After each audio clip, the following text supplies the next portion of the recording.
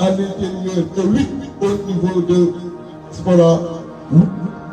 8% yooyu dina gën a wàcc. te day gën a wàcc parce que may mun a wax na ko léegi nekk ci liste ak bañ a nekk ci liste la ñu yemale. li ñu yitteel mooy askan wi te askan bi daanu gis ñu baatu campagne comme si c'était la liste titulaire de Yewwi Askan Wi moo nekk en compétition ndaxte góor la góor la ku nu mën a teg sa kanam dès lors que ñu ngi partagé ak yow philosophie bi yanul li nga xam ni moom nga waroon yanul ko nga def li nga xam ni moom nga waroon def bu fekkee yow la te loolu la Yewwi Askan Wi fas yéene def kon mënuñu duñu ci seen liste la bokk wala du bokk ay kon ñoo nekk Yewwi Askan Wi on fait confiance nous allons battre campagne nit c'était nous ñoo nekkoon ci liste bi nga xam war a dem des nag mooy depuis loolu gisagul leen ñu ndax tabaski bi la dañu nañu bàyyi Sénégalais yi comme c'est une fête particulière ñu mën ko dund mais je vous annonce ici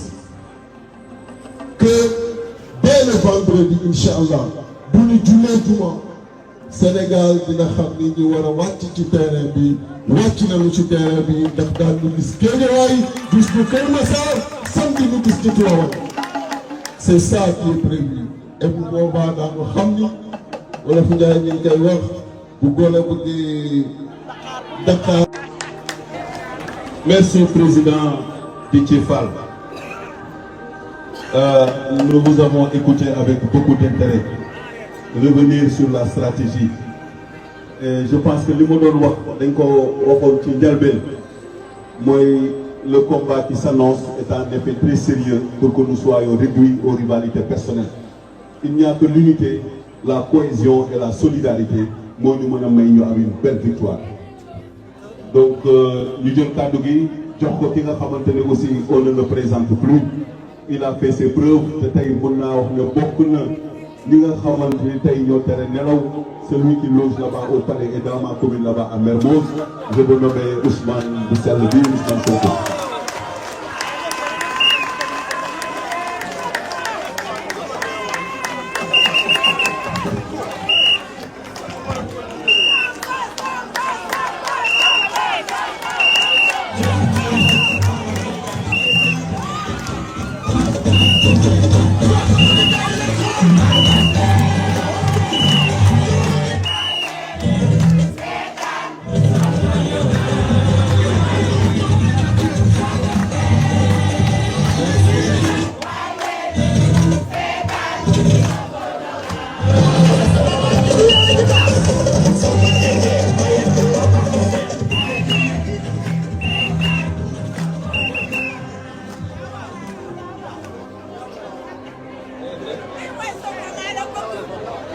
Gaay asalaamaaleykum ñu ngi leen di nuyu di am mbégte teewaat fii ndax fàttaliku leen ni kii lañu lancé woon suñu campagne locale def naa ñun ñëpp gis nañu jig nañu di ñëwaat tey di fi lancé suñu campagne élection législative di wax nag nii tête de liste nationale Yewwi Askan Wi mooy waxtaan ak yéen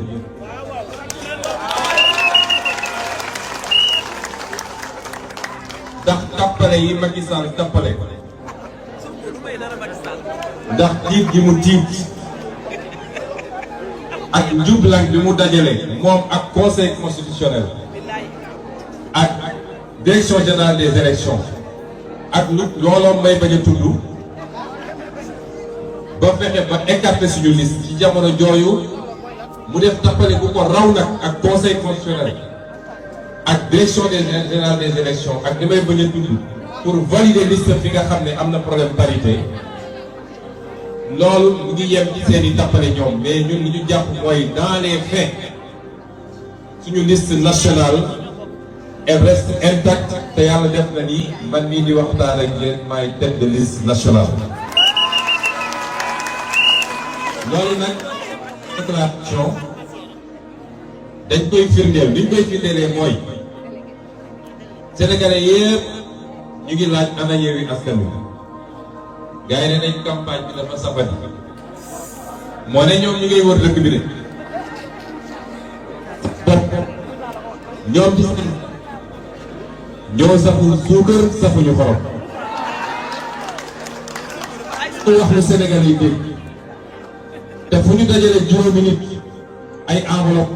nit ñi ñun nag suñu diggante askan wi cofeel la ak bëggante loo xam ne laluwul ci intérêt waaye kóolute gu dox suñu diggante ak askan wi moo tax ni ko honorable de cee waxee rek bu ñu commencé yëngatu rek nit ñi xam ni campagne ubbi na bu soobee yàlla biñ koy firndelee mooy ñu ngi dalal xel ñëpp campagne bi suñu campagne la du campagne yu candidat yi nekk ci liste yi te dinañ ko def à travers tout le Sénégal incha allah dañ ko def ci Fouta def ko Waalo def ko Ñambur def ko Bawol def ko Sine Saloum Bundu def ko Casamance Dakar nag xam naa ni le grand rassemblement li ñuy wax assemblée populaire boo xam ne lu kenn mësu ko gis bu soobee yàlla dinañ ko fi def mbokk yi dama bëgg ñu ñëpp ñu jàpp dara élection yii waruñu ko perte mënuñu ko perte dañ koy gagné soobee yàlla il faut ñu inscrire ko parce que du question ñun du question ñi nekk ci liste yi ñu ay député assemblée loolu mooy objectif bi gis ngeen li xew barki démb benn réewu Asie fële ñu koy woowee Sri Lanka mën nañ ko musal suñu bopp musal ko Sénégal Sénégal yëpp dëppoo nañ ni Macky Sall bu fi am forcé troisième mandat du gouverner Sénégal ak ku ko mën a jàppale rek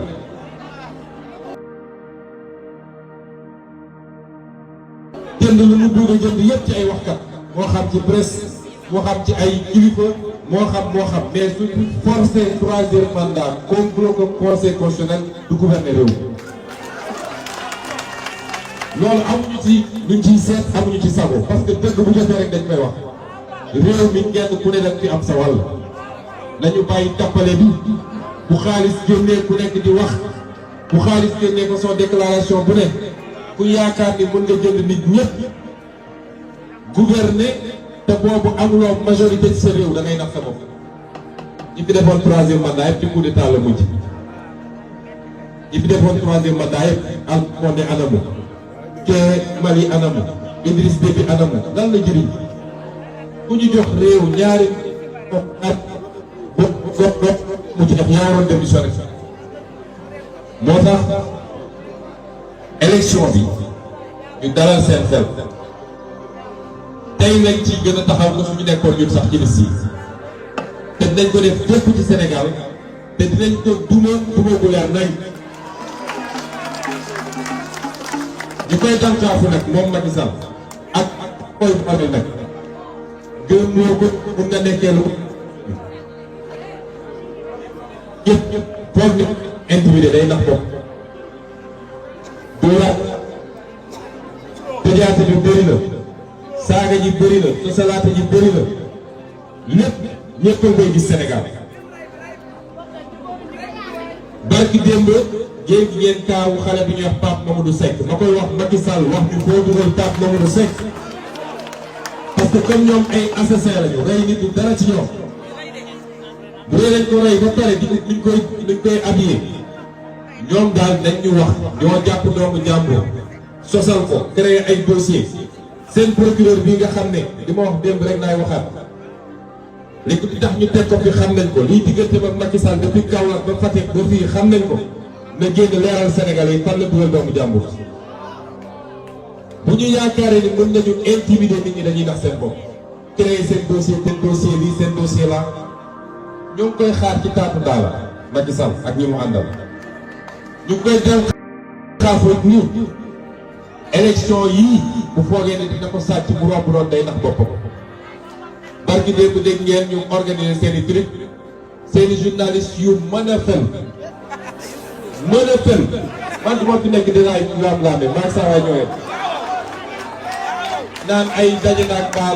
Mballo nee na suñ gagné élection yi dina ko nangu loolu mosuma ko waxal Mballo amul fenn bu dee loolu lañ koy def liñ ciy jublu mooy préparer sàccu élection ba pare na ma waxoon ba leeral ko fii bu sàccee élection yi du res ci bureau du ko nangu kon man Sénégalais yi laay waxal foofu lay daaneel juróomi at ci gannaaw ci même période bi man de dama jiite woon liste Khalifa Ababacar Sall mi dafa jiite woon liste donte complot na ko tëj ko ba mënul campagne keneen ak keneen jiite liste ñu ne leen bu leen jox Macky Sall majorité à l'Assemblée nationale du ci def lu baax dégluwuñ ñu jox nañ ko majorité waaye Sénégal àdduna yëpp dëppoo na ni juróomi at yi weesu Sénégal amuloon Assemblée nationale li yées yi lu ñu am seen Assemblée nationale mooy juróomi at yi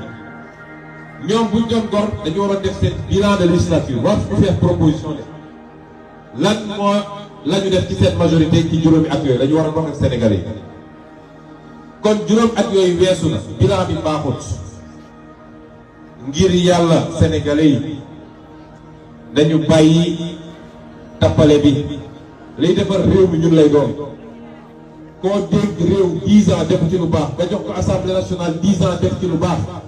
bu dellu see ne la jox ma assemblée nationale waxuma la nga may ko sax majorité relative waaye 10% de score sax Macky Sall war a ko jox. enjeu yi nag ñëpp xam nañ ko enjeu troisième mandat mi ngi ci te ku ko wax fitna am ci réew mi enjeu musal Sénégal ci instabilité mi ngi ci. enjeu delloo gor yi Sénégal yépp seen légitimité ba ñu mën a présenté wu ci élection di ko war a présenté wu mi ngi ci enjeu musal suñu réew ci ay loi yu bon ñuy voté wala loi yu baax yi ñu bañ a voté tudd na ci léegi benn mooy yàq réew bi ñu bëgg a yàq réew mi ca papier bu am ci lu ñuy signé ak convention internationale dugal leen ci waxu genre te fu ñu tuddee genre mooy na nga ñuy def ba góor jigéen sax ci réew mi barki démb dégg ngeen lu ñuy wax OGM nga xam ne musiba la ci lu ñuy lekk ay gàncax yu ñuy modifié génétiquement voté nañu loi boobu dànk ci assemblée nationale léegi ñu commencé sol suñu doom yi loo xam ne feebar bu bon bu nekk dina judd ci ñoom enjeu yi nekk ci élection bi kenn xamul lu mu toll ci ñetti fonction yi nga xam ne mooy fonction député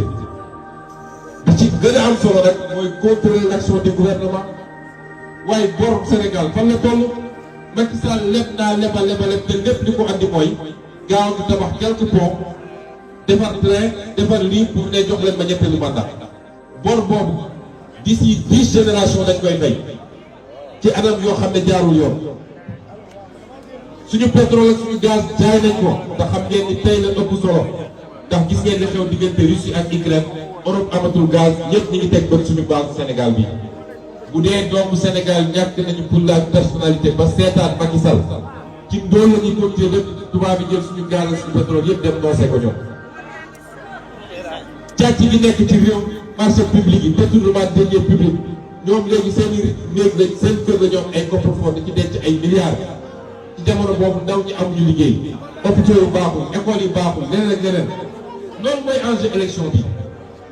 est-ce que dinañu nangu nag gannaaw bu ñu sàccee alalu réew bi yëpp ñëw di ko jox nit ñi ñuy gaaw di leen voté laat jox leen 5 ans boo xam ne duñ ci def dara loolu mooy enjeu élection bi kon lii dinañu boole ñaar fa lay daanale mooy wax na ko léegi à partir de vendredi terrain bi dina saf-saf nag ndax ñun suñu digganteeg sénégalais yi relation d'amour la relation d'estime la cofeel la fu ñu dem gars yi génn soxla ñu joxe xaalis te nekk leen ci Sénégal yëpp waaye ñun dañoo ñëw ak ay proposition ngoon bu nekk leader yi dinañ ko def man de jox naa rendez-vous chaque 22 heures sama page Facebook dinañ jukki lenn ci suñu programme wax ko sénégalais yi ne leen lii la ñu fas yéene def ci assemblée nationale bi la ca des nag mi ngi seen loxo jarul meeting yu bëri jarul xaalis bi dul jeex porte en porte fekk leen nit ñi seeni kër fekk leen ci gare routière yi fekk leen ci marché yi nit ñi soxlaatuñ soo wootee meeting yu mag militants yi ñoo fi ñëw ak sympathisants yi waaye keroog gis ngeen bi ñu woowee meeting am nañu ay nit waaye bi ñu nee tëgg leen kasu leen nit ñi gën a bëri ñooñu dañ leen di fekk seen biir kër kon porte à porte caravane dañu def ñaar wala ñetti meeting yu mag doy na ci sëkk lii la ñu bëggoon wax ci gàttal ñu ngi leen gërëm di leen sant assemblée nationale bu soobee yàlla le 31 juillet coalition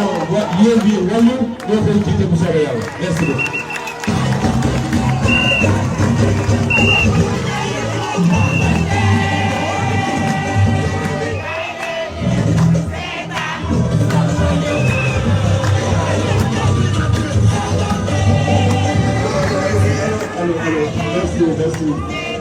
Merci Didier. Nous avons entendu la déclinaison. Il est largement revenu sur la stratégie et surtout les enjeux des élections. Nous savons ce qui nous attend et que préparez-vous, Inch'Allah. Dans les prochains jours, nous allons sillonner les artères de Dakar et de l'ensemble du territoire national pour vous dire, député, naka la mën a taxawee Assemblée nationale. Si Ousmane Sonko le dit, il a fait l'expérience et aujourd'hui il a été élu meilleur député du Sénégal. Donc sans tarder, nous allons donner la parole au président. Celui qui a été choisi par ses pairs pour diriger la coalition. Un homme généreux, un homme disponible, un homme courtois. Je vous nomme Khalifa Ababacar Sall, nous allons la parole à le président.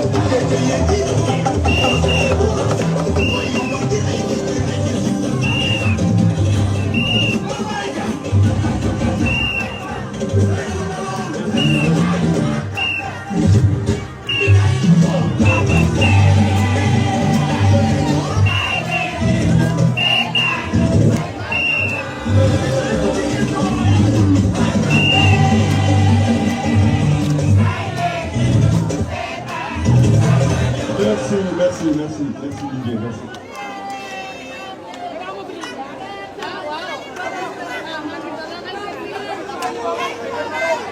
Merci. Allez-y, monsieur le président, vous avez la parole.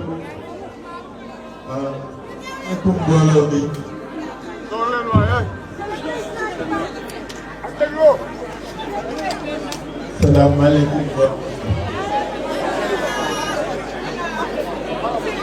dama ne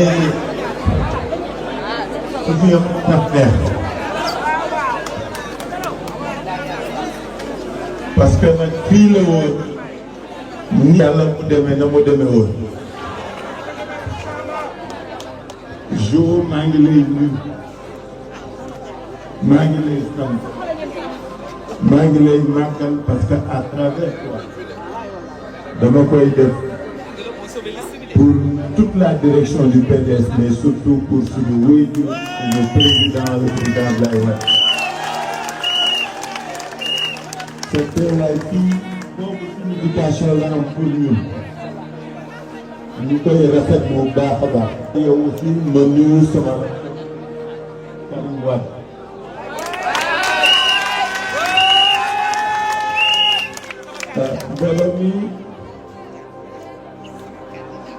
Barthélémy Dias bi mu waxee ba pare suñu député yii di ñëw wax ba pare ngeen teg ma ci kii nga xam ne moom la wax rek la bëgg te nga man te man ko kaar wax day xaw jafe mais ma di leen féliciter bu baax parce que nag li ñu dajale tey dafa sotti ba pare ñun li ñu fi indi du Macky Sall il ne présente aucun intérêt pour nous askan wi rekk ñu ñor ëllëgam nekkinam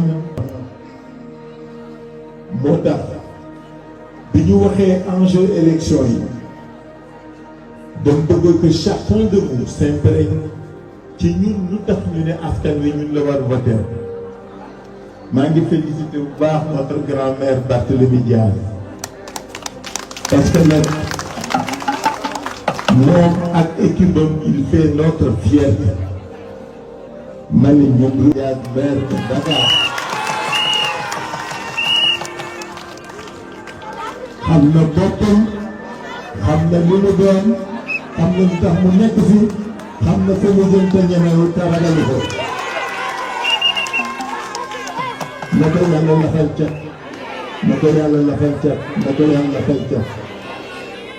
lui et toute son équipe de yéene am yaakaar boo xam ni comme il l'a dit Ousmane Sonko complété ko ak ñi fi aw te askan wi suñ ñu joxee majorité le 31 juillet coonoom jeex jooyu jeex loolu bi jeex wóor bi jeex parce que li ñu amoon solo nag mooy projet bi Yewwi Askan ak Wallu taxawu tëral projet wu développement askan wi dong la nit ñi rekk ñu ñor nit ñi rekk ñu tax jóg Barthélémy day wax ak man keroog mu ne man mairie Dakar waa Dakar rekk ma ci ñor lu leen faj lu leen jox liggéey lu leen yokk lu leen yóbbu kanam lu leen dem soo jëlee loolu mu décliné pour Dakar loolu la Yewwi Askan Wi décliné au plan national nit ñi dong ñu ñor ba tax na projet bi nga xam ne moom la ñu porté te fas ci ak yéen li mu jiital li mu mujjal ni bindu te nekkin mooy seen li jëme kanam dama ne li ci jiitu mooy cadre bi nga xam ne moom la Sénégalais yi war dunde mooy institution yi ak li ko wër di ngeen ñu fal incha allah boobaa ngeen xam ne lépp dëgg la nag parce que lu woonoon dana woon ni réew mi dana changer au plan des institutions pour nga dëgg wu dox fi yoon am fi mais surtout développement nekk fi loolu moo lal suñu projet nan la ñuy fexe ba maatay gi ak kumba am ndey ak kumba amul ndey gi jeex fi loolu moo ñu tax jóg. Regardez ce que Ousmane Sonko a rappelé tout à l'heure maatay gi nga xam ne moo am ci réew mi moo fi dox loolu moo war dakk kenn du ko fi dindi na ku dul nit ñi moo tax daañu def des réformes institutionnelles yoo xam ni waxeet dana fi dañ parce que nag fii la ñu waxoon 2016 ci référendum bi ni waxu troisième mandat dootu fi am tey ñu naan ñu nii wii nii noonu loolu